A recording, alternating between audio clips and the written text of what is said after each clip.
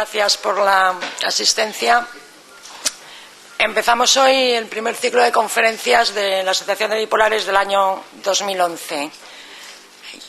Van a cambiar un poquito, os quería comentar que van a cambiar un poquito las cosas.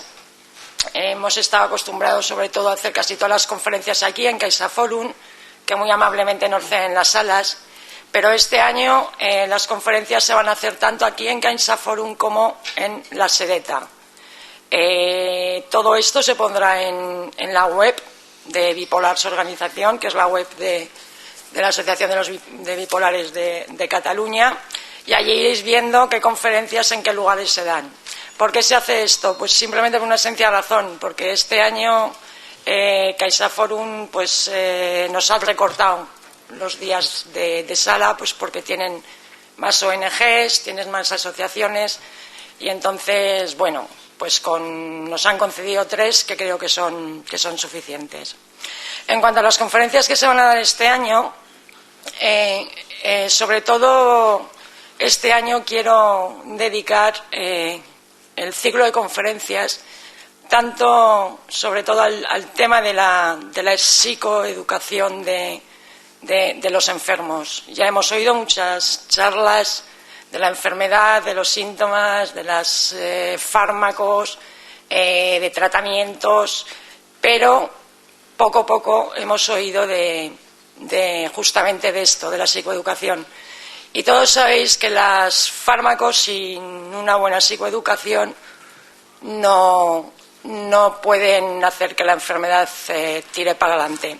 Esta psicoeducación va tanto dirigida a los enfermos como también a la gente que está con ellos, a los familiares, a las parejas, a los amigos y esto.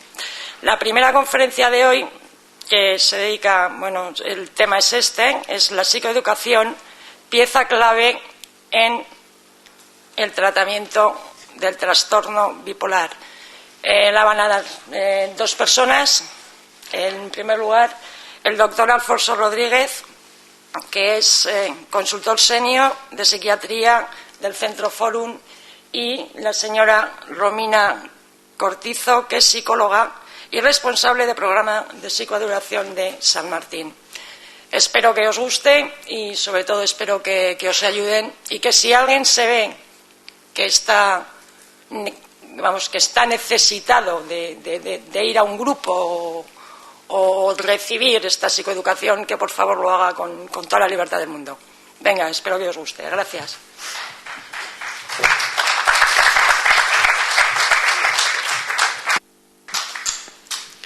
Hola, buenas noches. Gracias por convidarme a una de vuestras sesiones.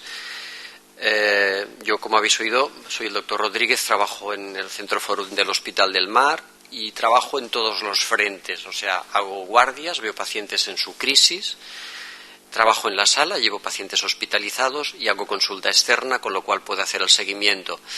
El trabajar en todos los frentes me da una característica que a veces algunos psiquiatras no tienen. Por ejemplo, los psiquiatras que trabajan en centros de salud mental solo suelen ver a los pacientes cuando llegan del hospital y ya están siendo tratados y están estabilizados, pero se pierden, digamos, la etapa de lo que es un paciente en la fase aguda y no eligen muchas veces los tratamientos que se van a poner. Hay terapeutas, hay psiquiatras que solo trabajan en el hospital, pero solo ven pacientes en la fase aguda y no hacen seguimiento después en consultas externas, con lo cual eligen los tratamientos, pero no ven el paciente en el día a día, con lo cual te pierdes una faceta de lo que es la evolución de esta enfermedad. El trabajar en todos los ámbitos, en la fase más crítica, desde la urgencia, en sala y en consultas externas, te da una visión muy de conjunto de una enfermedad que tratarla implica tener una visión muy amplia de lo que implica. Yo, con el paso de los años, lo que he descubierto es que esta enfermedad no se puede tratar pensando en el hoy, en cómo veo yo al paciente hoy, sino en lo que va a pasar mañana y pasado mañana y dentro de un año. ¿Por qué? Porque es una enfermedad que va cambiando de cara con el tiempo y que hoy ves una cara y mañana vas a ver otra diferente. Y la decisión que tomes hoy para tratar la situación de ahora te va a ser útil, pero te puede ser muy inútil, incluso muy contraproducente para mañana o para dentro de un año. Hablamos de una enfermedad compleja. Ahora os comentaré. Mi introducción va a ser cortita. Realmente quien nos va a hablar de la psicoeducación va a ser la psicóloga que ve cotidianamente y hace cotidianamente psicoeducación con pacientes. Yo quisiera hacer una breve introducción y una breve reflexión respecto a lo que implica tratar una patología que tiene una evolución compleja y para la que tenemos muchas herramientas, pero herramientas que lo que puede ser bueno para ahora puede ser contraproducente para mañana. Yo con el paso de los años lo que he aprendido es que tenemos un arsenal terapéutico muy amplio, fármacos, cosas que no son fármacos, pero quizá la herramienta más importante y que a veces no utilizamos es la información. La información es una herramienta básica para cualquier enfermedad, del tipo que sea. Hoy día, por ejemplo, en oncología, los pacientes que tratan cáncer han descubierto que entrenar, educar e informar correctamente a los pacientes, tanto como prevención como en tratamiento, da muchísimos mejores resultados que la quimioterapia, que es tremendamente mutilante y tóxica, ¿no? En psiquiatría la información es muy útil y en el trastorno bipolar es fundamental. ¿Por qué? Porque si el paciente no entiende qué le pasa, qué le puede pasar si no toma determinadas medidas, por qué se le dan fármacos y por qué se le dan fármacos tanto tiempo, lo habitual es que se canse de todo eso y el trabajo de meses lo acabe destrozando en una semana, acabe haciendo cosas que son contraproducentes. Por lo tanto, yo os diría que una de las herramientas para curar y para mantener la estabilidad de esta enfermedad es la información. Y la psicoeducación basa su herramienta, su utilidad en la información. Entonces, yo voy a hacer una breve introducción respecto a lo que es la enfermedad y diría de entrada, haría un símil, porque a veces hay pacientes que se preguntan, ¿pero esto del trastorno bipolar realmente es una enfermedad como las demás o es una cosa diferente? ¿Es una enfermedad de qué? ¿De qué parte de nuestro cuerpo? ¿Es una enfermedad del espíritu, del alma? Entonces, para hablar del trastorno bipolar, a mí me gusta hacer un símil con otra enfermedad que todos conocéis muy bien, que es la diabetes. La diabetes es una enfermedad que afecta lo que llamamos los mecanismos de regulación del azúcar de nuestro cuerpo. Todos necesitamos el azúcar, nuestro cerebro necesita el azúcar para mantenerse vivo, para trabajar correctamente, y si los niveles que regulan, los mecanismos que regulan los niveles de azúcar no son correctos, las personas pueden sufrir esta enfermedad grave en la que tienen subidas de azúcar o bajadas de azúcar graves. Se llama diabetes mellitus. Por lo tanto, es una enfermedad que está centrada en el páncreas, en el órgano que regula los niveles de azúcar, fabrica insulina el páncreas, y del buen funcionamiento del páncreas depende pues el que la persona tenga sus niveles de azúcar correctos. Eso sería un poco el concepto de lo que es la diabetes, una enfermedad en la que los mecanismos de regulación del azúcar están alterados. ¿Qué causas tiene la diabetes? Pues sabemos algunas causas. Por ejemplo, sabemos que algunos diabéticos la causa es genética, nacen ya con un defecto en los genes que regulan el funcionamiento de ese páncreas, y esa diabetes ya se manifiesta en personas muy jóvenes, en adolescentes o incluso en críos. El páncreas ya de inicio regula mal su fabricación de insulina. Pero hay otra forma de diabetes que es debida un poco a la alimentación. Personas que son obesas, que comen más de la cuenta y les sube el azúcar porque se han engordado y su páncreas no da suficiente insulina como para regular, digamos, esos niveles. Por lo tanto, la causa podría ser genética, pero también puede ser debido al sobrepeso, a la forma de alimentarse. De diabetes decimos que hay de dos tipos, la tipo 1 y la tipo 2. La diabetes tipo 1 es esta en la que los genes funcionan mal y se manifiesta de pequeños, de jóvenes, y la diabetes tipo 2 es esa diabetes que aparece en personas adultas con sobrepeso. Una, digamos, sería juvenil y otra sería mayor. Una se trata con insulina, tomando insulina, pinchándose insulina, y la otra se trata con pastillas habitualmente, incluso con dieta, no hace falta ni pastillas. La epidemiología, o sea, la frecuencia de una y otra es muy variada. La diabetes tipo 1 es poco frecuente, menos de un 1%, mientras que la diabetes del adulto, la diabetes de los obesos, es de más de un 5%, es mucho más frecuente.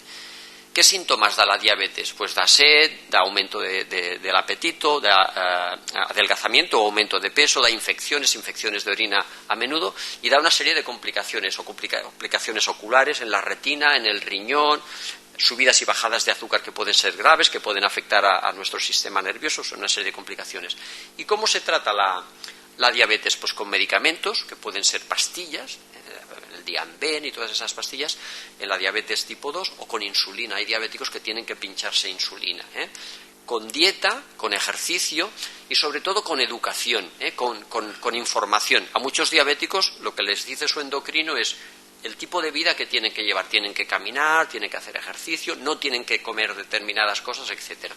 Esto es un esquema de lo que sería la diabetes. ¿Y eso por qué nos lo cuenta? Pues porque si nos vamos a lo que es el trastorno bipolar, el esquema es exactamente el mismo. O sea, es una enfermedad en la que los mecanismos que están alterados no son los que regulan el azúcar, sino los que regulan nuestro estado de ánimo. Los mecanismos que hay en nuestro cerebro que nos dicen cómo tenemos que levantarnos cada día y el ánimo que tenemos que tener está alterado. Pensad que en nuestro cerebro hay unos mecanismos que están establecidos para que siempre tengamos el mismo estado de ánimo, pase lo que pase, tanto que si nos toca la lotería como si nos muere alguien, si fallece alguien, nuestro cerebro está diseñado para que al cabo de unas semanas volvamos a tener el mismo estado de ánimo, esa situación no nos descontrole. Es un mecanismo, digamos, que lo que pretende es que no nos movamos con estados de ánimo extremos, y cuando fallece alguien intentemos procesar ese duelo, esa pérdida, y al cabo de unas cuantas semanas nos encontremos bien, y cuando nos toca la lotería o nos pasa algo muy divertido, nuestro estado de ánimo también vuelve a ser el normal, porque estar eufóricos, aunque sea por algo bueno mucho tiempo, es malo, nos lleva a hacer cosas que no son correctas. Por lo tanto, nuestro cerebro está diseñado para que nuestro estado de ánimo siempre sea el mismo, pase lo que pase. Pero hay personas en las que esos mecanismos que regulan el estado de ánimo, por cuestiones que ahora comentaré, esos mecanismos no están bien ajustados. Por lo tanto, hay un descontrol en esos mecanismos que regulan el estado de ánimo. ¿Cuáles son las causas? Pues sabemos que hay causas genéticas, que ahora comento, y también que hay causas ambientales. Sobre todo el estrés es uno de los factores que puede desencadenar y descompensar estos mecanismos. Trastornos bipolares. Ahora los modernos manuales pretenden colar alguno más, pero los clásicos son el tipo 1 y el tipo 2, trastorno bipolar tipo 1, en el que hay oscilaciones del estado de ánimo de euforia extrema y de depresión extrema, y trastorno bipolar tipo 2, en el que la depresión es grave, pero la euforia es moderada, lo que llamamos hipomanías. La incidencia, el trastorno bipolar en torno a un 1% y el trastorno bipolar tipo 2, un 4% aproximadamente. ¿Qué síntomas? Pues tristeza, euforia, descontrol del comportamiento, pérdida del sueño, desinhibición, los síntomas que seguramente ya conocéis perfectamente, con consecuencias graves que pueden ir desde el propio suicidio en un estado de desesperación en una fase depresiva, pues al fracaso social, laboral, etcétera, arruinarnos si no controlamos la economía, etcétera. Y el tratamiento del trastorno bipolar, pues con medicamentos que llamamos estabilizadores del ánimo o eutimizantes, como el litio, la carbamazepina, antidepresivos, antipsicóticos y psicoterapia. Y dentro de la psicoterapia, la psicoeducación, que es de lo que vamos a hablar hoy. Si os fijáis, el esquema entre lo que es el trastorno bipolar y la diabetes es calcao. Son dos enfermedades del cuerpo. Una afecta al azúcar y otra afecta el estado de ánimo. Por lo tanto, la pregunta que os hacía al principio, ¿es el trastorno bipolar una enfermedad como las demás? Sí, es una enfermedad como las demás, exactamente igual que las demás. Lo que pasa que el punto donde está ese descontrol no está en el páncreas ni en el corazón, sino que está en una parte de nuestro cerebro. Pero es una enfermedad absolutamente física, de una parte, una enfermedad médica, podríamos decir, como el resto. Hablando un poco de las causas del trastorno bipolar, pues sabemos que hay causas genéticas, de las que cada vez tenemos mayor conocimiento. Los que estudian los genes todavía no han ubicado los genes responsables, pero sabemos que hay unas causas genéticas que están un poco en la información que está escrita en los genes, y en esa información, que en definitiva los genes, está escrito un poco el manual de cómo funcionamos nosotros en todos los sentidos, nuestro corazón, nuestro intestino, el color de nuestros ojos, de nuestra piel, y por lo tanto de cómo funciona una buena parte de nuestro cerebro. Pues a veces estos genes están escritos de una manera defectuosa. Pues sabemos que hay un problema genético, que lo sabemos porque cuando hacemos estudios de gemelos, pues vemos que hay una cierta concordancia. Cuando un gemelo idéntico, lo que llaman un gemelo monocigótico, tiene la enfermedad, la posibilidad de que su hermano tenga la enfermedad es muy alta, de un caso un 70 o un 80%. Por lo tanto, los estudios de gemelos y de familias nos dicen que la cosa va por ahí, que hay un problema genético de base. Sabemos que hay una base, un problema químico, que hay un desajuste en los niveles, y eso se puede medir químicamente haciendo análisis en las concentraciones de sustancias que hay en nuestro cerebro que nos ayudan a tener un estado de ánimo correcto, a veces por exceso y a veces por defecto. Serotonina, noradrenalina son sustancias químicas que de alguna manera regulan nuestro estado de ánimo. Sabemos que las hormonas tienen que ver y a veces hay trastornos bipolares que se desencadenan en cambios hormonales importantes. Por ejemplo, después de tener una criatura, madres cuando tienen una criatura en el posparto se desata la enfermedad. Sabemos que el tema hormonal, incluso mujeres que en el periodo premenstrual tienen cambios de humor muy bruscos porque las hormonas influyen de una manera muy decisiva. Respecto a la heredabilidad, al peso de la genética que os decía el trastorno bipolar, pues en los estudios que se han hecho sabemos que de todos los trastornos psiquiátricos, el que tiene mayor peso genético, en el que la genética influye más de todos, desde los trastornos de ansiedad, las fobias, la depresión, el trastorno por angustia, el alcoholismo, la esquizofrenia, la enfermedad con mayor peso genético, en la que la genética tiene más influencia, es el trastorno bipolar, que se llega hasta un 80%, incluso hay estudios que dicen hasta un 90%. Es decir, que el peso de la genética en esta enfermedad es muy importante. Por lo tanto, muchas veces personas que se sienten culpables por tener determinada enfermedad, o familiares o padres que se sienten culpables, es decir, bueno, es una cuestión que no controlamos, la genética no la decidimos nosotros. Por lo tanto, saber que hay un peso genético importante desculpabiliza y ayuda a las personas a no sentirse responsables respecto a una enfermedad que no elegimos nosotros. Decimos que hay unas causas genéticas, biológicas, también hay unas causas que son que dependen de la manera, digamos, de ser, del carácter de las personas, lo que llamamos el componente cognitivo-conductual, la manera, digamos, que uno tiene de ser, y en ese sentido se han hecho estudios que nos dicen que personas que tienen un carácter determinado, un carácter pesimista, un carácter que tiende a ver las cosas de manera negativa, tienen mayor riesgo a desarrollar enfermedades del estado de ánimo. Y se han hecho experimentos con animales en los que se hacen simulaciones de estrés provocado artificialmente en animales, y sabemos que el estrés actúa de manera negativa. No os voy a describir los experimentos de Seligman, que son un poco crueles con animales, pero que han demostrado que efectivamente cuando a los animales se les somete a un estrés permanente pueden desarrollar enfermedades del estado de ánimo parecidos a la depresión. Por lo tanto, hay una parte genética, pero también una parte del entorno. Las personas a veces vivimos de una manera muy estresante, muy forzando la maquinaria, y eso puede provocar que alguien que ya tenga un riesgo genético acabe desarrollando la enfermedad porque tiene un estilo de vida muy estresado, muy al límite.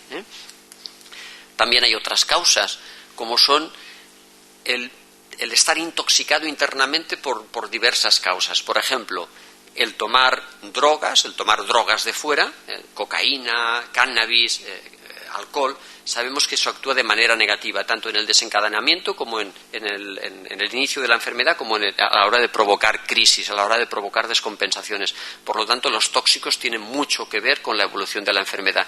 Pero a veces son tóxicos no que se toma uno, sino tóxicos que fabrica uno.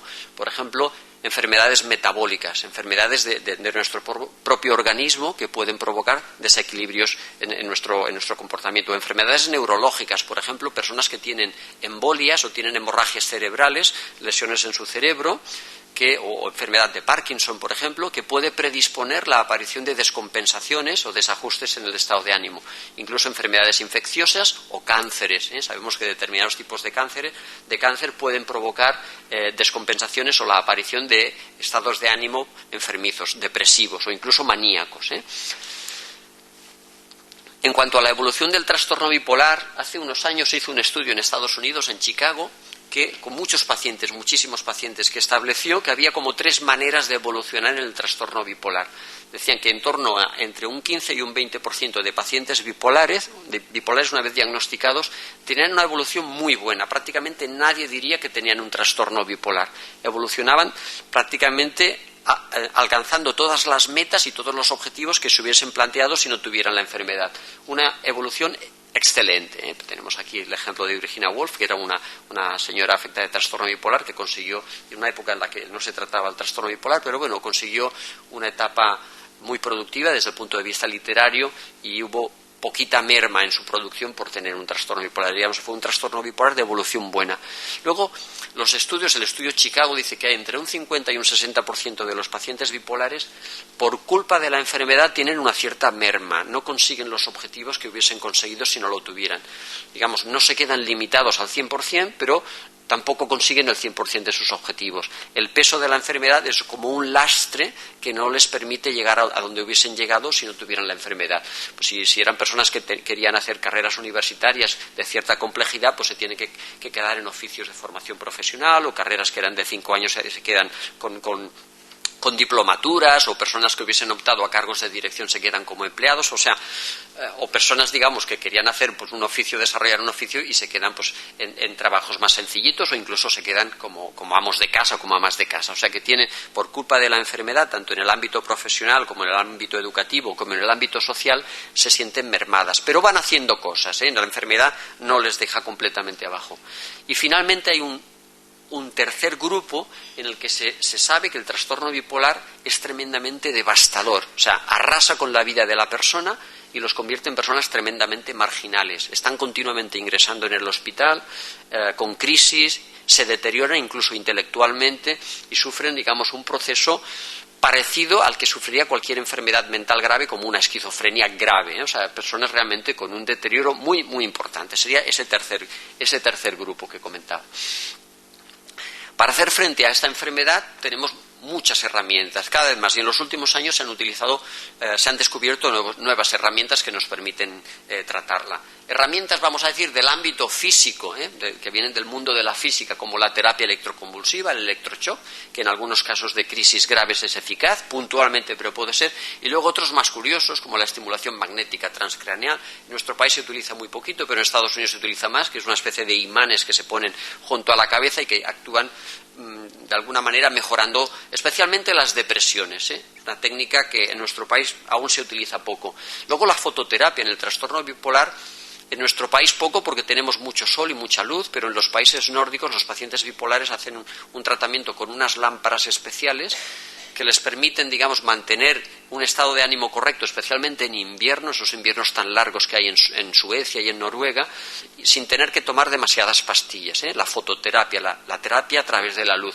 En nuestro medio, la fototerapia artificial con lámparas no es necesario porque tenemos mucho sol y muchas horas de sol al día, con lo cual acabamos aconsejando a los pacientes que tomen un poquito la luz. Romina después quizá os comente un poquito eso de la fototerapia como medida, digamos, estimulante para poder mantenerlos un poquito más tonificados, un poco más estimulados. Luego la estimulación del nervio vago, que es otra técnica que se utiliza poco, pero también ámbitos de la física. Luego, productos químicos que utilizamos, pues los estabilizadores del ánimo, no voy a entrar en temas de fármacos, pero que existen, los antidepresivos y los antipsicóticos.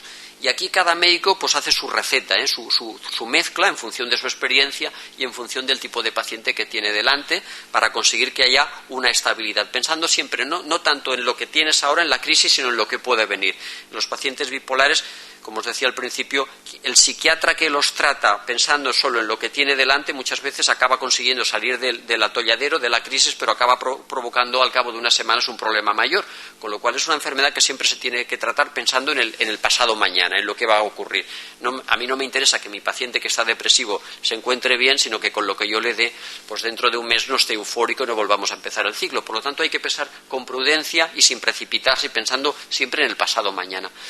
Y finalmente, como herramienta terapéutica muy, muy importante, están las herramientas psicológicas. Y aquí está pues la psicoterapia en la que se incluye la familia, pues porque es una enfermedad que repercute mucho en la familia y el peso muchas veces cae sobre la familia, terapia de familia, terapia cognitivo-conductual, que implica pues técnicas que ayuden al paciente de alguna manera a cambiar esa manera negativa, excesivamente pesimista que pueden tener, o pacientes que se estresan mucho y que quieren abarcar demasiadas cosas.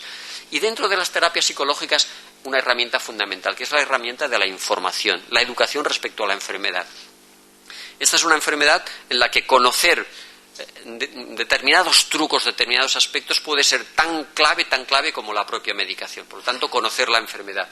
Y, por supuesto, educar y informar respecto al porqué de la medicación y por qué debe tomarse y por qué tanto tiempo y todo eso. Por lo tanto, la educación, la información respecto a la enfermedad es fundamental. Hablábamos de las terapias físicas, ya os he comentado antes, la estimulación magnética, la fototerapia, el nervio vago, o sea, técnicas que vienen de la física, las químicas, que os he comentado antes, los antipsicóticos, Recientemente ha habido nuevos estudios y fármacos más modernos que nos están ayudando, los estabilizadores del ánimo, el litio, la carbamazepina, los antidepresivos, incluso tratamientos así un poco curiosos, pero que se está demostrando que en algunos pacientes pueden ser útiles, como los ácidos omega 3, que hay algunos estudios que dicen que en algunos pacientes pueden darles un punto de estabilidad, no tan eficaz como el resto, pero que ayudan un poquito, y la psicoterapia que os he comentado, la psicoterapia de familia, la psicoterapia cognitivo-conductual y la psicoeducación. Cuando nos planteamos dentro del manejo de los pacientes el objetivo del tratamiento, o sea, ¿qué se pretende con el tratamiento? Pues básicamente es eso, comprensión de la naturaleza de la enfermedad, y es uno de los objetivos de la psicoeducación, romper un poquito el estigma, el sentimiento de culpabilidad y el sentimiento, digamos, de ser un bicho raro, de ser diferente al resto, intentar romper eso tanto al paciente como al entorno del paciente, a la familia, identificar los posibles factores, y todo eso lo desarrollará ahora la siguiente ponente, la identificación precoz de los síntomas, que muchas veces es la clave de alguna manera de evitar la crisis, el conocer pequeños detalles que cada uno conoce en sí mismo, que le advierten, que le están insinuando que se está descompensando hacia arriba o hacia abajo, y contribuir en el cumplimiento del tratamiento. Este es un aspecto clave. Sabemos que el trastorno bipolar necesita de medicación y muy pocos pacientes pueden prescindir de la medicación, pero desgraciadamente el medicamento, y este es un estudio hecho por la gente del Clinic, por el equipo del doctor Vieta, nos dicen que un 60% de los pacientes, hablan de una muestra de pacientes bipolares estables, compensados, que llevan más de 6 meses compensados, un 60% se toman bien la medicación, pero el otro 40% se lo toman regular, algunos muy mal y otros a medias. A veces tomar a medias la medicación quiere decir tomarla mal, quiere decir que no es eficaz. Por lo tanto, un 60% buen cumplimiento, 40% mal cumplimiento. Y eso determina en muchos casos una recaída. ¿Por qué abandonan muchos pacientes la medicación? En primer lugar, porque es una medicación larga, que dura mucho tiempo. Y todos los que tenemos que tomar medicación a largo plazo nos acabamos cansando de ella. Pensamos que ¿para qué tanto tiempo? Uno se aburre. Hay estudios que se han hecho con personas que no tienen ningún trastorno psiquiátrico, son personas, digamos, que tienen otro tipo de enfermedades reumatológicas o del corazón o de la tensión, y se ha hecho un estudio de ver cuántas de estas personas con enfermedades no psiquiátricas se toman una medicación a largo plazo a rajatabla, y prácticamente el 90% dicen que se saltan algunas pastillas, a veces una, a veces 5, a veces una semana, etcétera. O sea que es muy difícil ser 100% disciplinado, se tenga la enfermedad que se tenga. Pero bueno, en el caso del trastorno bipolar especialmente, ¿por qué? Pues porque hay efectos secundarios que afectan a la movilidad, dan rigidez, dan temblores, efectos sobre la sexualidad, que pueden dar efectos secundarios desagradables, lo que llamamos la ginecomastia, o alteración de la vida sexual, o alteración de la regla, etcétera. Pueden engordar, todos sabéis, pues pacientes que toman trastornos, enfermedades para el trastorno bipolar que han aumentado de peso, afectación sobre la vida sexual, pueden dar sedación, que no te dejen conducir, no te dejan estudiar, no te dejan hacer cosas como quisieras, y puede haber una especie de vaivén emocional, una especie de montaña rusa que te lleva a tener días que estás muy arriba y días que estás muy abajo. O sea, es como si el trastorno bipolar se hubiese acelerado y descontrolado, y a veces puede ser la medicación la responsable de eso. Pero también hay otras cosas, otras razones por las que el paciente bipolar muchas veces no quiere tomarse la medicación. En algunos casos, pues porque cree que la enfermedad que padece no es una enfermedad que se controle con fármacos, porque en realidad cree que tampoco tiene una enfermedad, sino que esos cambios de humor que tiene pues son cosas que todas las personas más o menos tienen. A veces por una falsa creencia de control, porque uno cree que con la voluntad puede evitar tener más crisis, que es una cosa que se puede controlar a criterio de uno y con voluntad de uno, que es una falsa creencia, porque el trastorno bipolar voluntariamente es muy difícil de manejar.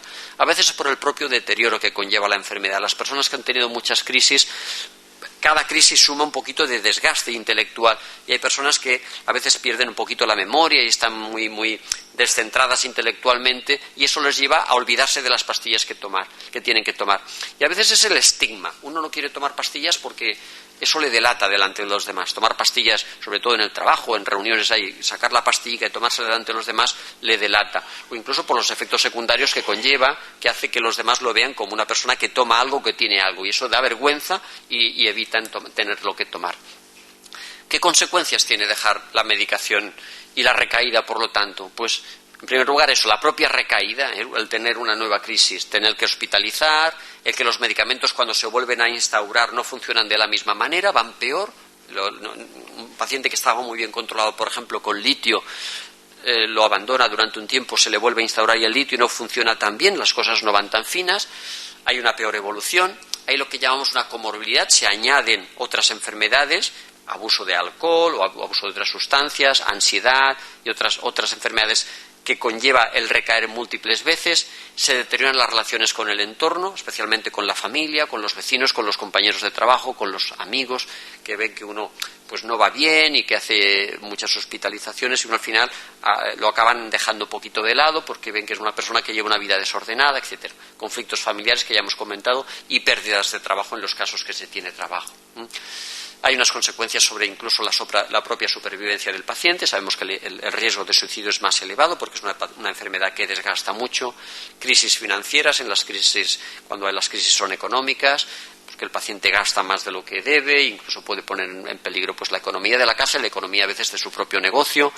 Violencia y agresividad en las crisis maníacas graves, problemas legales por detenciones que se producen en el contexto pues, de una crisis en que el paciente está muy desinhibido y se desnuda y etcétera, y una mayor carga sanitaria. Quizá esto en el peso personal de uno diría, para mí me importa un bledo la carga sanitaria, pero en la repercusión global de todos, el que un paciente reingrese mucho y necesite pues muchas visitas y muchas hospitalizaciones, pues acaba repercutiendo un poco en la economía y en el presupuesto que tenemos para todos.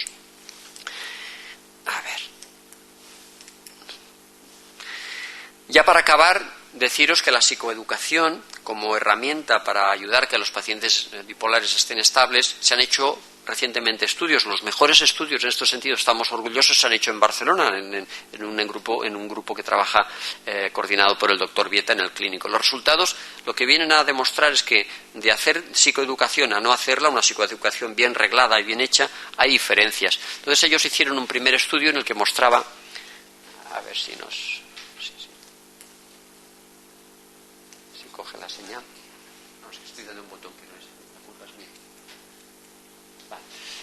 Ese estudio que hicieron primero a 2 años lo que decía es que de hacer psicoeducación un grupo numeroso de pacientes, cogieron un grupo numeroso de pacientes que hicieron psicoeducación y un grupo de pacientes que no hicieron psicoeducación, hicieron otro tipo de terapia que no era psicoeducación, pues la frecuencia de recaídas entre los pacientes que hacían psicoeducación y los pacientes que no lo hacían, la diferencia era muy significativa. Al cabo de 2 años, o sea, el porcentaje de pacientes que recaían haciendo psicoeducación era mucho menor que el porcentaje de los pacientes que sí, que respecto a los que hacían de los que no hacían. Es decir, que la psicoeducación tiene una eficacia muy importante para prevenir recaídas, especialmente recaídas hacia el polo maníaco.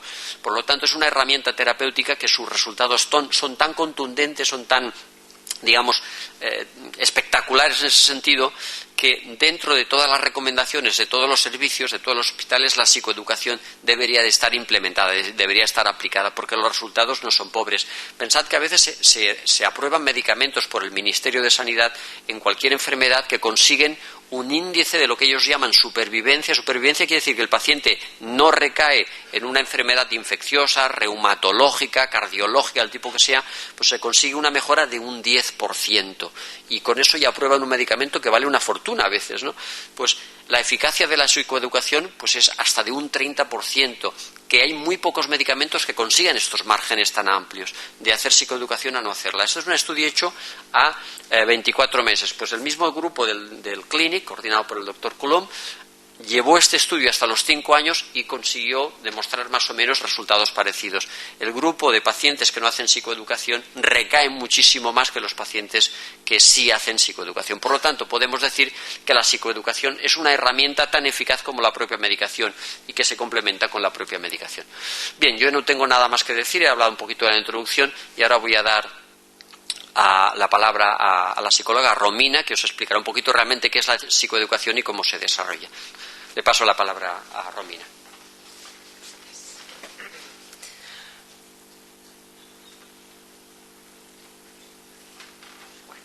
Sí, antes de nada, agradecerles que hayan contado con nosotros para esta charla de hoy. Bueno, yo me llamo Romina Cortizo, soy psicóloga clínica y trabajo en un centro de salud mental de adultos. Y una de las actividades a las que me dedico semanalmente son precisamente los grupos psicoeducativos para pacientes con trastorno bipolar y también a los grupos informativos para familiares de pacientes con el trastorno bipolar. Bueno, antes de comenzar a explicar lo que hacemos en psicoeducación o qué es la psicoeducación, me ha parecido interesante pues comentar una serie de conceptos relacionados, ¿sí?, que tienen que ver con la psicoeducación y con lo que podemos esperar de la psicoterapia en el trastorno bipolar. Bueno, la psicoeducación, como comentaba el doctor Rodríguez, es un tipo de psicoterapia, es una herramienta psicoterapéutica. ¿Pero qué es? ¿Qué es una psicoterapia? Pues una psicoterapia es una intervención de tipo psicológico que busca mejorar algún aspecto de la salud de la persona o mejorar su adaptación al entorno. Y este objetivo lo busca a través de cambios en el comportamiento, en las emociones o en el pensamiento de la persona. Hay distintos tipos de psicoterapia. Esta imagen quizás corresponde a la imagen más cinematográfica de la psicoterapia, pero es importante saber que hay varios tipos y que no todos los tipos de psicoterapia son útiles para cualquier tipo de trastorno, ni todos los tipos de psicoterapia son útiles para el trastorno bipolar. En este sentido, normalmente, tanto los pacientes como los familiares nos preguntan muchas veces si existe un tratamiento psicológico que cure la enfermedad. También nos preguntan si existe algún tratamiento psicológico que pueda sustituir a la medicación, y muchas veces también nos plantean si cualquier tipo de psicoterapia es útil en el trastorno bipolar. Bueno, con respecto a la primera pregunta, tenemos que decir que los datos de los que disponemos en estos momentos pues no nos permiten plantear que exista ningún tratamiento ni farmacológico ni psicológico que cure el trastorno bipolar, en el sentido de que, una vez aplicado, haga que desaparezcan los síntomas permanentemente. Esto no quiere decir que no haya ningún tratamiento farmacológico ni psicológico que sea útil en el trastorno bipolar. Como ha comentado el doctor Rodríguez, hay muchos fármacos y algunos tipos de psicoterapia que son útiles para mejorar el curso de la enfermedad, que son útiles como tratamientos crónicos. En este sentido, también a la pregunta de si existe algún tipo de psicoterapia que pueda sustituir a la medicación, la respuesta es que no, que todas las psicoterapias que han demostrado que son útiles en el trastorno bipolar lo son como complemento siempre de la medicación.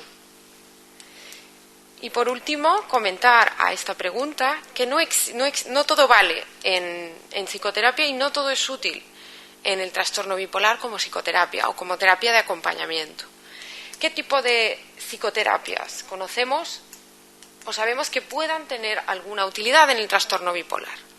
Bueno, estas 4 grandes grupos de psicoterapia son las que han demostrado, a partir de estudios científicos, que puedan aportar algún beneficio a las personas que tienen el trastorno bipolar.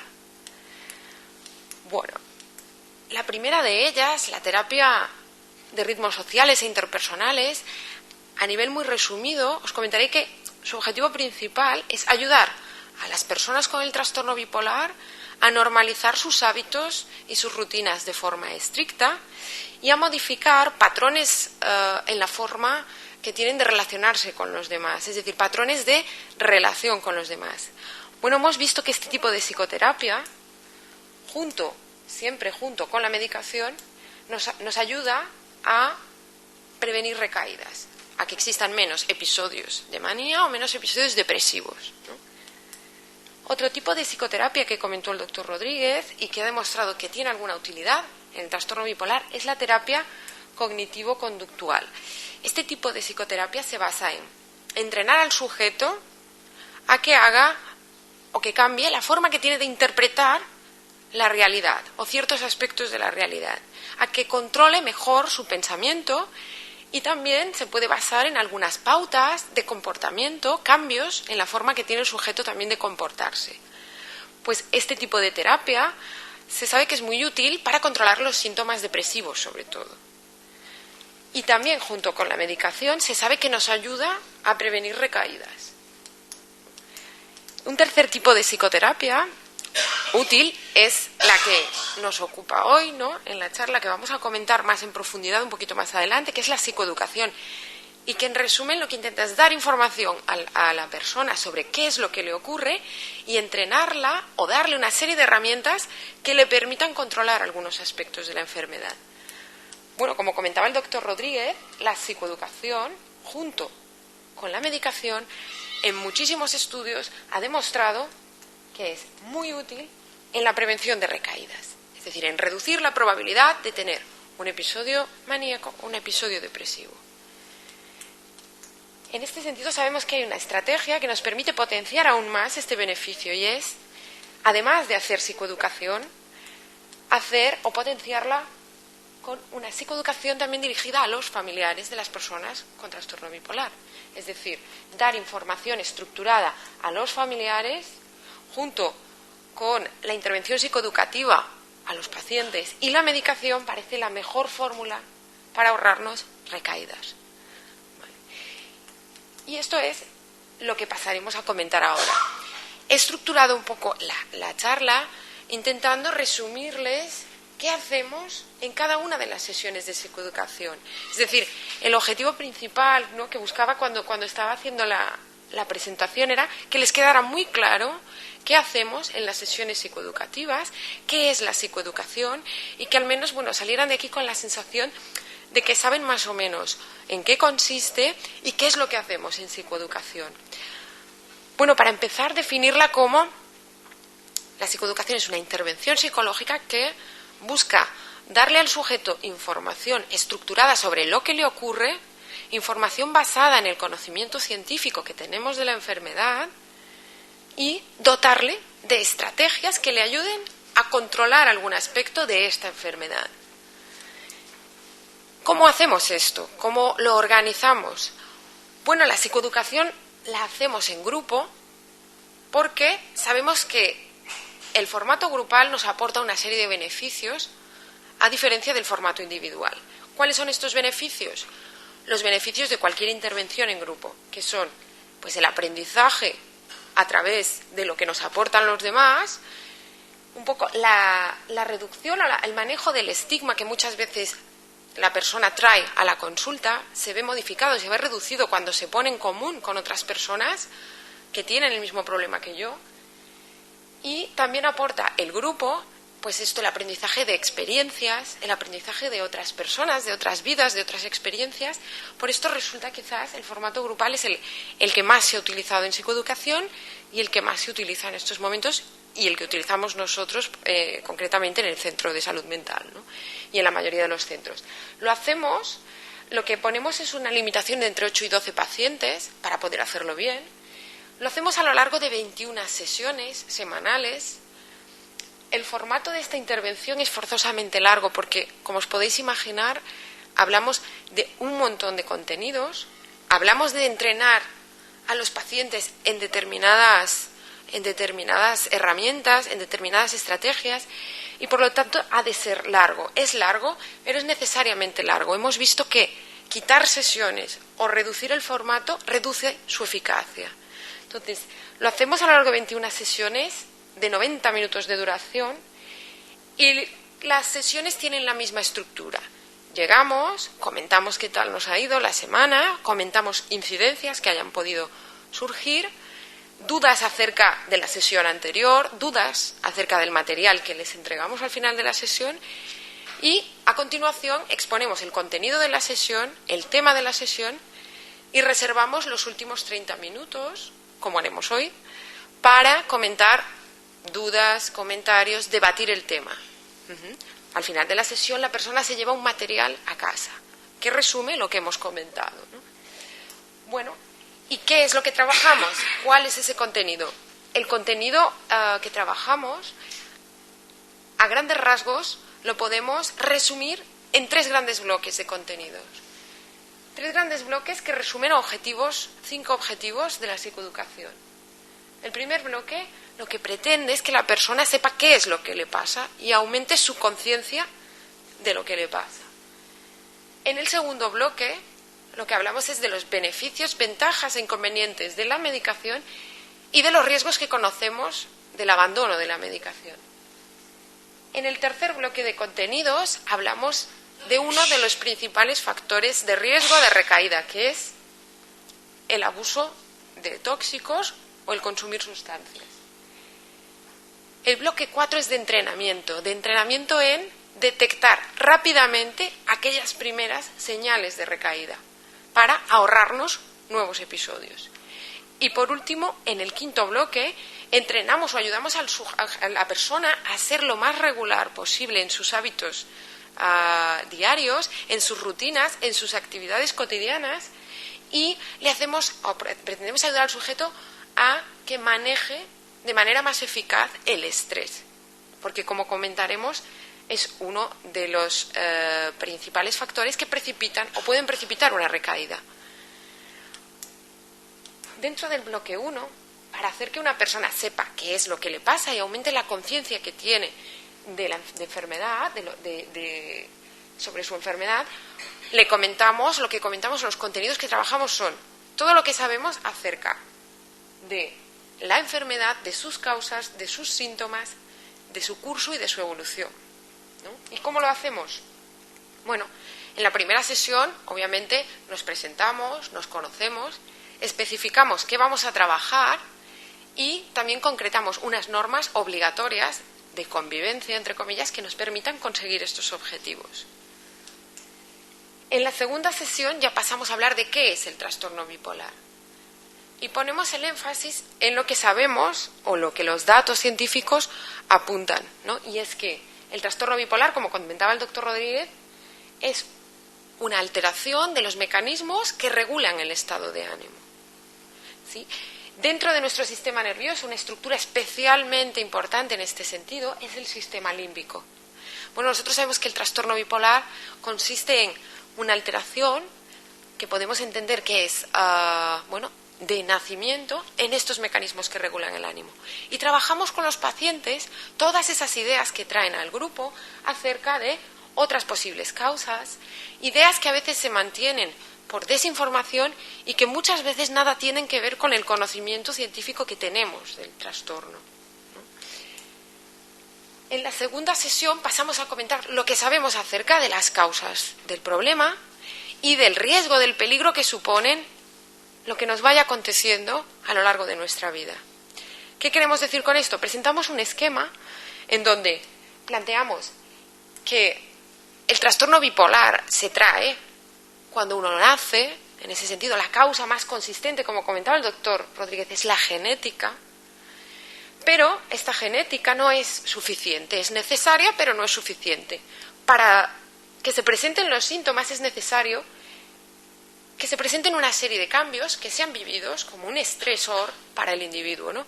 Esos cambios pueden ser de dos tipos: los cambios en el entorno, en nuestra vida, problemas laborales, cambios positivos también, una mudanza, que nos toque la lotería. Estos cambios ambientales pueden dar lugar al surgimiento de los síntomas, ¿sí? También hay cambios que son orgánicos, que son cambios en mi organismo, ¿no? Y estos cambios también podrían dar lugar a que aflorasen esos síntomas, a que aflorase esta vulnerabilidad. Dentro de los cambios biológicos hay algunos que son, que están muy relacionados con tener episodios o depresivos o maníacos. Por ejemplo, los cambios hormonales, ¿no? O, por ejemplo, el consumo de sustancias hace que el sistema nervioso, en este caso vulnerable, dé lugar a los síntomas, dé lugar a descompensaciones. Entonces, podríamos entender el trastorno bipolar como un trastorno en el que es necesario que se presenten estos dos factores para dar lugar a los síntomas. Y esto es lo que comentamos en esta segunda sesión. En la tercera y en la cuarta ya pasamos a hablar de los síntomas. Como veis, aquí en la cuarta sesión hablamos de síntomas de qué es la manía y qué es la hipomanía. También en este punto nos encontramos con que muchas veces los pacientes llegan con información equivocada, desajustada, con mitos acerca de lo que es la manía. Bueno, sin ir más lejos, si nos paramos a pensar en el concepto popular de manía, o lo que en argot popular se entiende por manía, ya podemos darnos cuenta de que es probable que mucha gente piense que manía es tenerle ojeriza a alguien, o que manía es hacer una cosa de manera repetida, ¿no? Tengo la manía de guardar los botes de...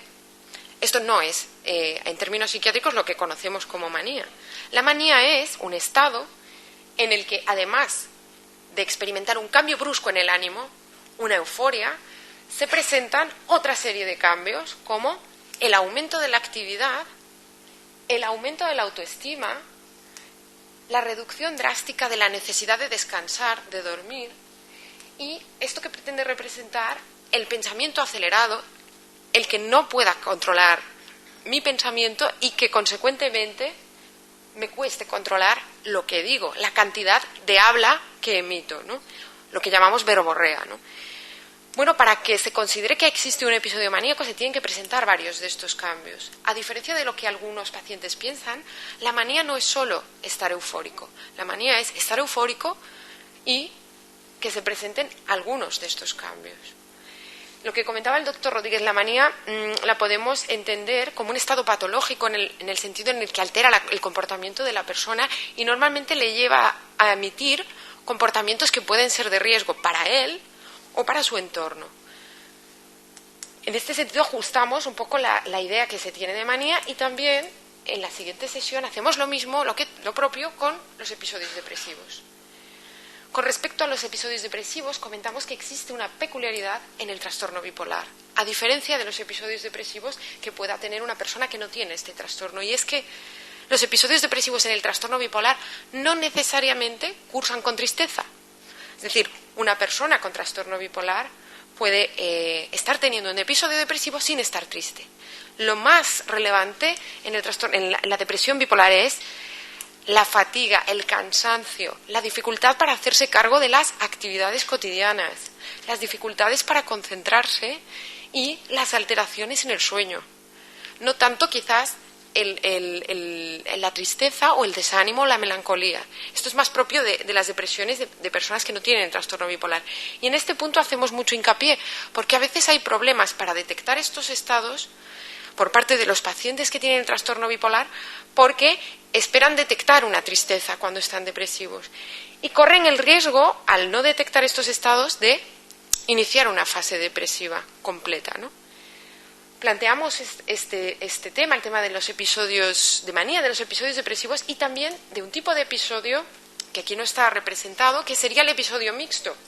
El episodio mixto es un episodio que, bueno, aunque no sea el más habitual o que no se presente en la mayoría de pacientes con trastorno bipolar, existe y se puede presentar en algunas ocasiones y supone una mezcla, entre comillas, de los dos tipos de síntomas. La persona suele tener mucha inquietud, mucha ansiedad, suele manifestar que siente desasosiego, pero no necesariamente ni euforia ni tristeza. La persona está inquieta, pero a la vez está cansada. Es decir, presenta una mezcla de los dos síntomas. Y esto también se puede considerar un episodio afectivo y también hay que ponerle remedio, hay que consultar, ¿no?, cuando experimentamos estos episodios.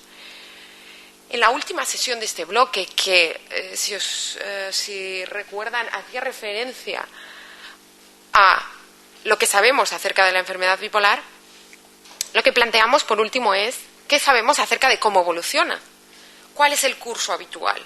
Bueno, sabemos que el curso habitual de esta enfermedad es a presentar a lo largo del tiempo episodios bien maníacos o bien depresivos.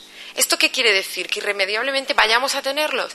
No, esto quiere decir que esto es el curso natural de la enfermedad, pero precisamente esto es a lo que le quiere poner remedio la medicación y la psicoeducación, a reducir esta probabilidad de recaída.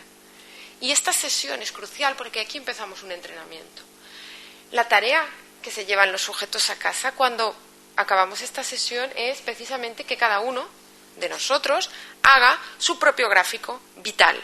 Es decir, que cada uno eche la vista atrás y se pare a pensar en todos los episodios que han tenido, en las características de cada uno de estos episodios, en qué síntomas han experimentado, en los desencadenantes que recuerdan que han provocado esos episodios. Y este gráfico, que llamamos gráfico vital, lo vamos a ir enriqueciendo a medida que vayamos haciendo sesiones con toda la información que vamos a ir trabajando, ¿no? Por esto esta es la sesión, una de las sesiones más importantes que realizamos en psicoeducación, que la persona empieza a hacer introspección, que empieza a ver qué síntomas ha experimentado y un poco a empezar a enriquecer su historia personal, porque esto le va a ayudar a prevenir nuevos episodios, ¿no? Bueno, cuando acabamos con esta sesión empezamos con un bloque que lo que pretende es que la persona sepa o conozca ventajas y desventajas de la medicación o el motivo por el que le recomendamos tomar la medicación. En este bloque lo que hacemos es comentar todos los fármacos que conocemos, todos los fármacos que se utilizan en el trastorno bipolar para controlar las distintas fases y aspectos relacionados con la medicación que creemos que son muy relevantes. Bueno, la primera sesión obviamente se reserva a los fármacos quizás más importantes en el trastorno bipolar, que son los fármacos o las medicaciones de mantenimiento, las medicaciones crónicas, los eutimizantes o los estabilizadores del ánimo. Bueno, el doctor Rodríguez comentaba unos cuantos, el litio, el valproato, la carbamazepina. Existen varios tipos de estabilizadores del ánimo y lo que procuran es que permanezca dormida esa vulnerabilidad que tenemos a las descompensaciones. Lo que hacen es proteger al sistema nervioso, reducir su excitabilidad, por así decirlo, ¿no? Como todos los medicamentos tienen unas ventajas y unas desventajas, ¿no? Y estas ventajas y desventajas las comentamos con los pacientes y comentamos un poco, solicitamos, pues bueno, cuál ha sido su experiencia personal con cada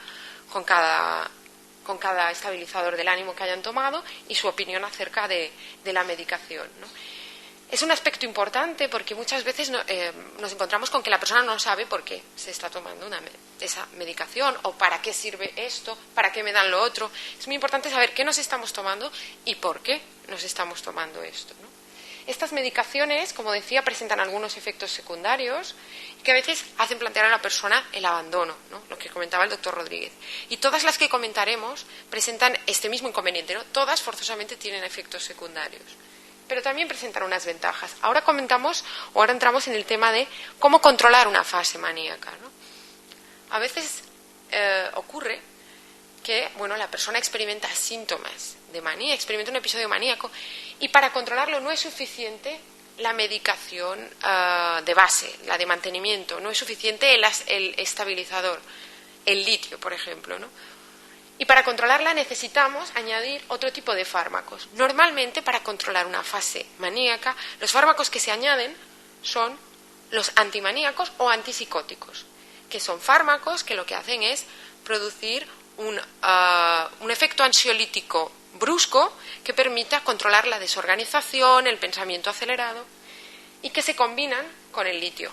A veces si se ve que la persona al salir de este ingreso y al salir de esta fase no consigue compensarse completamente solo con litio, a veces se decide mantener un antimaníaco a largo plazo para poder controlar los síntomas, ¿no?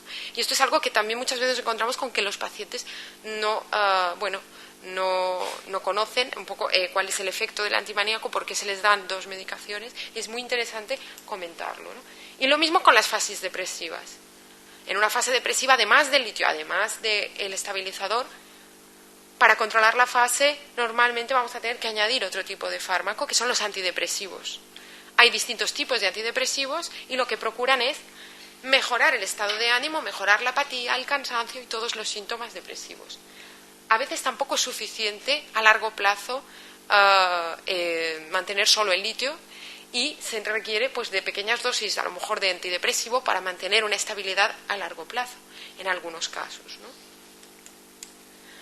Bueno, en este bloque también de sesiones comentamos la importancia de realizar analíticas con cierta frecuencia, cierta periodicidad, sobre todo analíticas que nos permitan ver los niveles en los que tenemos presentes en sangre los estabilizadores del ánimo. ¿Por qué? Porque sabemos que por debajo de un determinado límite no tienen ninguna eficacia, es como no estarse tomando nada, para entendernos, y por encima de estos límites, los estabilizadores del ánimo, una de sus desventajas es que puedan ser tóxicos.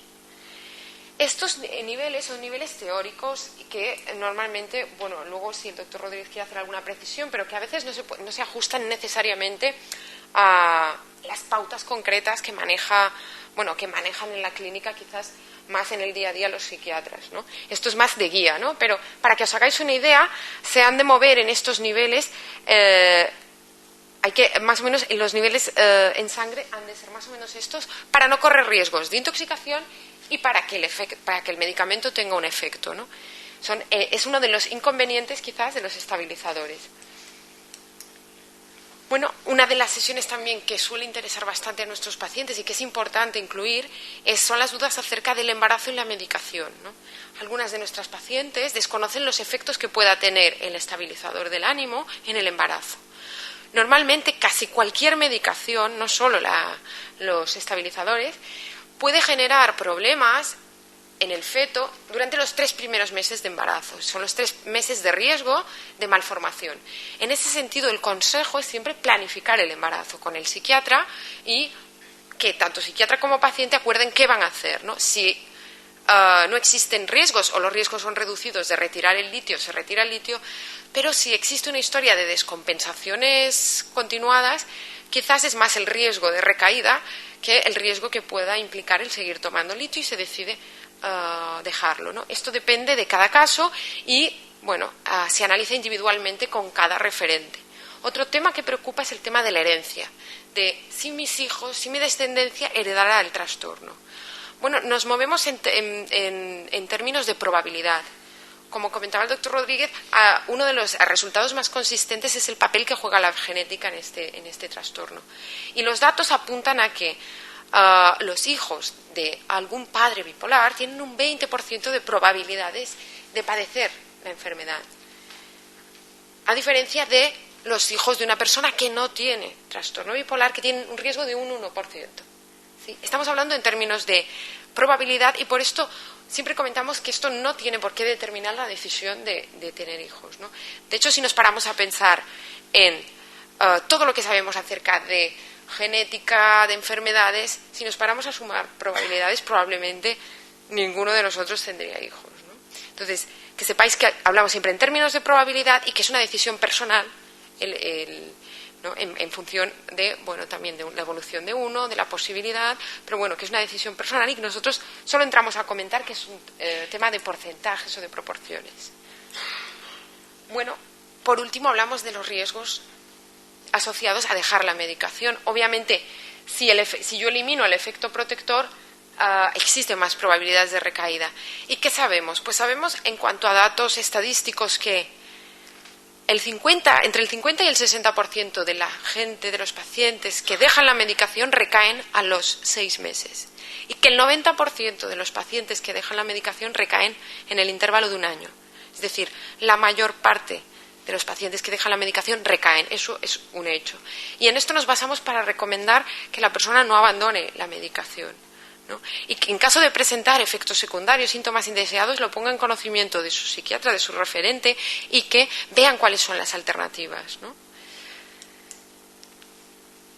Al acabar con este bloque, dedicamos una sesión exclusivamente a uno de los principales factores de riesgo de recaída, junto con el abandono de medicación, que son las drogas.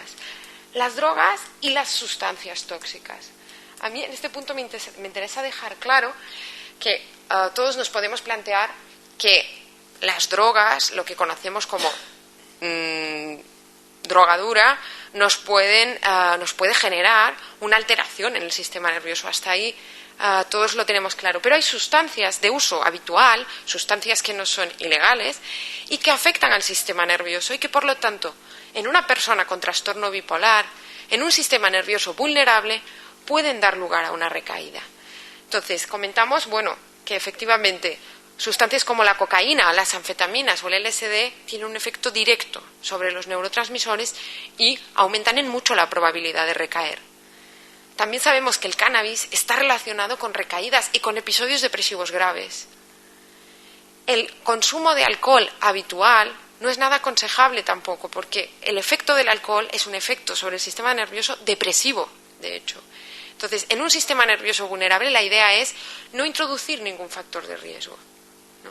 Por esto, alertamos también de que un consumo de cafeína, de teína, es decir, consumo de excitantes que afectan y sabemos que afectan al sistema nervioso, también podría aumentar o suponer un plus de probabilidad de recaída, ¿no? Sí. Bueno, a ver, en principio,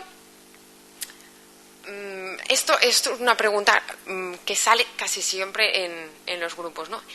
Y a ver, resulta pues quizás muy rígido el plantearle a alguien que no se beba nunca ni una sola copa de alcohol y realmente, a ver, nos planteamos, bueno, en cuanto a calidad de vida, pues también, oye, tomarse algo de vez en cuando. Si nosotros vemos que el hecho de no tomarse una copa de alcohol, por ejemplo, puede afectarle a la persona, sentirse mal con su entorno y tal, o corremos el riesgo de que abandone la medicación, pues casi es mejor que se tome una copita de vez en cuando y que, bueno, que no incurra en el consumo habitual.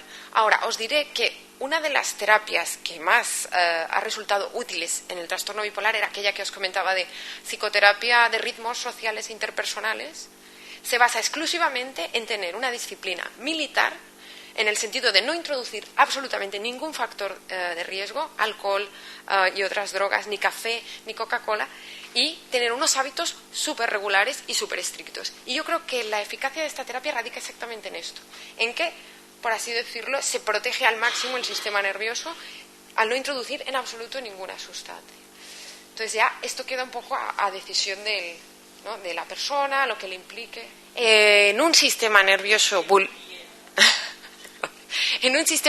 vulnerable, todo lo que nos podamos ahorrar de factores de riesgo, bienvenido va a ser. Luego otra cosa es las implicaciones que tenga para cada uno ese dejar de, ¿no?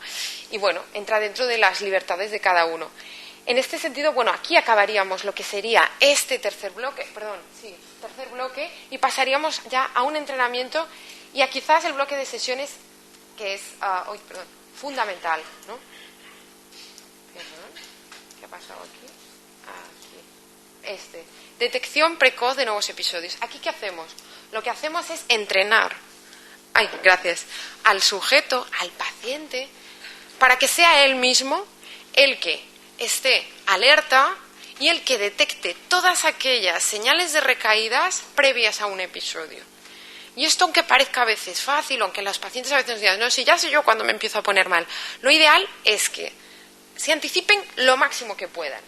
Y esto es algo que hacemos con aquellos gráficos vitales que comentábamos, ¿no? Cada uno de nosotros tiene su historia personal en gráfico, cada uno de nosotros ha visto qué síntomas ha tenido en cada fase, cuáles han sido los desencadenantes, y ahora toca la parte difícil, que es identificar todos aquellos pequeños cambios que me puedan alertar de que estoy empezando a ponerme mal. Y a veces son cambios sutiles y que no son patológicos en sí mismos. Por ejemplo, en una fase maníaca, la típica señal de recaída de alguien pueda ser pues normalmente voy en autobús a trabajar y empiezo a ir andando, por ejemplo. Esto no es un síntoma, esto no es necesariamente patológico, pero si esto precede siempre a una fase maníaca mía, pues esto quizás me pueda servir a mí de señal de alarma.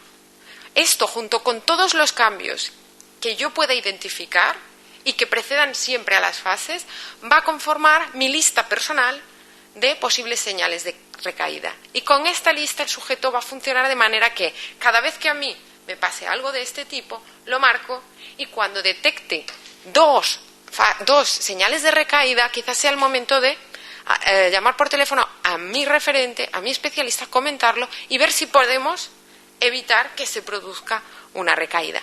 Y este entrenamiento, ya os digo, es lo más difícil que hacemos porque realmente es complicado, son cambios sutiles, hablamos de cambios en el comportamiento que no son patológicos. Y normalmente pues le pedimos su colaboración a la familia. ¿En qué sentido? En que nos puedan ayudar a elaborar esta lista de cambios que preceden a nuestras fases depresivas o maníacas, ¿no? Al final os comentaré un poco, muy brevemente, lo que hacemos en el grupo informativo de familias, pero una de las cosas que hacemos es el entrenamiento del familiar en la detección de pródromos, ¿no? Hacemos lo mismo en las fases depresivas. Lista de señales o pródromos, lo que llamamos pródromos, lista de señales de recaída de una fase depresiva. Lo mismo, intentamos elaborar o entrenar a la persona en que detecte todos esos pequeños cambios para que se anticipe a la recaída. ¿Y qué aconsejamos cuando se detecta una nueva fase? Bueno, no necesariamente comunicamos al sujeto que se haya de alarmar cuando detecte estos pequeños cambios, pero sí que haga más o menos un listado y que si detecta 2 o más cambios, quizás sea recomendable que lo ponga en conocimiento de su referente para ver qué pueden hacer para controlarlos y evitar que se desarrolle una nueva fase, ¿no? Esto es crucial en la psicoeducación y es una de las partes más importantes de la psicoeducación, la detección precoz, la detección temprana de recaídas. Por último, lo que hacemos es hablar de uno de los principales factores protectores junto con la medicación, que es esto que comentábamos con respecto a las drogas, por ejemplo, y las sustancias. Si yo me puedo ahorrar al máximo todo lo que me descoloque, entre comillas, todo lo que pueda funcionar como desencadenante, estoy protegiendo a mi sistema de una alteración, de una descompensación. En ese sentido comentábamos el tema de que evitar al máximo drogas o sustancias que afecten al sistema nervioso. Y algo que podemos poner de nuestra parte activamente es esto, la disciplina y la regularidad en los hábitos. Es importante, esta es la recomendación básica, dormir entre 6 y 8 horas, pero más importante que esto es dormir siempre en las mismas horas. ¿Sí? Introducir al máximo, reducir al máximo todo lo que son cambios en un sistema que consideramos vulnerable, ¿no? También tener unos horarios lo más fijos posibles de comidas y mantener una dieta sana, sobre todo porque si estamos tomando una medicación que, como comentábamos, algunas de las desventajas son el aumento de peso, pues es importante no solo tener un horario fijo, sino ver y analizar qué estamos comiendo, tener una dieta rigurosa y elaborada. Y el tema del ejercicio físico. Aquí comentamos una peculiaridad del ejercicio físico. Es recomendable y es interesante que se practique regularmente, siempre a las mismas horas. Es más que recomendable en una fase depresiva, porque es un antidepresivo natural el ejercicio físico. Pero no se recomienda practicar ejercicio físico cuando estamos atravesando una fase maníaca, porque lo que ocurre es que estamos potenciando esa euforia y esa excitabilidad, ¿no? En la penúltima sesión lo que hacemos es entrenar al sujeto en técnicas de control del estrés. ¿Por qué? Bueno, decíamos que esa vulnerabilidad genética, esa predisposición que tenemos desde nacimiento no es suficiente. Es necesario que se presenten problemas, cambios o alteraciones para que surjan los síntomas. Con las técnicas para el control del estrés lo que pretendemos es darle un colchón al paciente para que haga frente a ese estrés, a esos cambios, ¿no? Por esto le entrenamos en técnicas como la respiración diafragmática y técnicas de relajación, además de explicarle en qué consiste la respuesta de estrés. Y por último, algo muy relacionado con la anterior, es el entrenamiento que hacemos del sujeto en resolución de problemas. Esto es una técnica que utilizamos los psicólogos, habitualmente en terapia y que, no le aporta al sujeto una solución ideal, porque si existiese ya lo hubiera tomado, sino que sí que lo que procura es entrenar al sujeto en que resuelva problemas de forma racional, de lápiz y papel, y que no se salte ningún punto, en hacer una resolución de problemas reflexiva. Este es el entrenamiento que hacemos en esta sesión y esto lo hacemos precisamente para que los desencadenantes no acaben provocando ni una fase maníaca ni una fase depresiva. La última sesión lo que procura es, sobre todo, solicitar información a los miembros del grupo de qué les ha parecido, qué ventajas han visto del grupo, qué desventajas, un poco su opinión personal de la intervención, sobre todo porque nos interesa que nos ayuden a mejorar futuros grupos, ¿no? Y es la sesión, por así decirlo, de valoración y de clausura. Después de estas sesiones, lo habitual es que el paciente continúe haciendo sus visitas con su referente y si requiere en algún momento de una intervención psicológica o presenta algún tipo de problema, pues que programe visitas individuales con el psicólogo del centro, ¿no? En este caso, hemos visto que sesiones de refuerzo, que a veces las demandan mucho los pacientes, de oye, ¿y no podemos hacer otra vez el grupo el año que viene? ¿O podemos repetir alguna sesión? Pues hemos visto que el repetir las sesiones o el añadir sesiones de recuerdo no añade eficacia a la psicoeducación. O sea, realmente no añade nada mayores de lo que se puede aprender a lo largo de un programa de 21 sesiones estructurado, ¿no? Y ya para acabar, nada más comentaros lo que hacemos con familiares, ¿sí? Se trata de darles también una información estructurada sobre lo que es el trastorno bipolar y entrenarles en algunos aspectos que nosotros sabemos que son útiles para prevenir recaídas, ¿no? Nuestro objetivo principal cuando hacemos un grupo de familiares es prevenir recaídas también en los pacientes. Y lo hacemos a partir de que, si damos información, la familia, el entorno comprende mejor el trastorno bipolar. Si damos información, también se reduce el impacto emocional de la familia. Y, sobre todo, entrenamos al familiar en que ayude al paciente a identificar de forma rápida los primeros síntomas y así nos podamos ahorrar recaídas, ¿no? Bueno, ¿esto cómo lo hacemos? Dando información, dándoles estrategias y planteándoles cuáles son los principales factores de riesgo y principales factores protectores. Estas son más o menos las sesiones que trabajamos. Como veis, son muy parecidas a las que comentamos en psicoeducación para pacientes y se basan en que el familiar tenga información acerca de lo que es la enfermedad bipolar, los síntomas principales, el tratamiento farmacológico, el componente genético, qué papel juega. Les entrenamos en la detección precoz, en pautas básicas sobre qué hacer si se detecta una nueva fase. Planteamos los principales factores de riesgo y protectores, la importancia de la regularidad de los hábitos, porque aquí la familia juega un papel crucial, es decir, la regularidad de mis hábitos también son en parte la regularidad de los hábitos de mi familia, de mi entorno, y por último hacemos un resumen.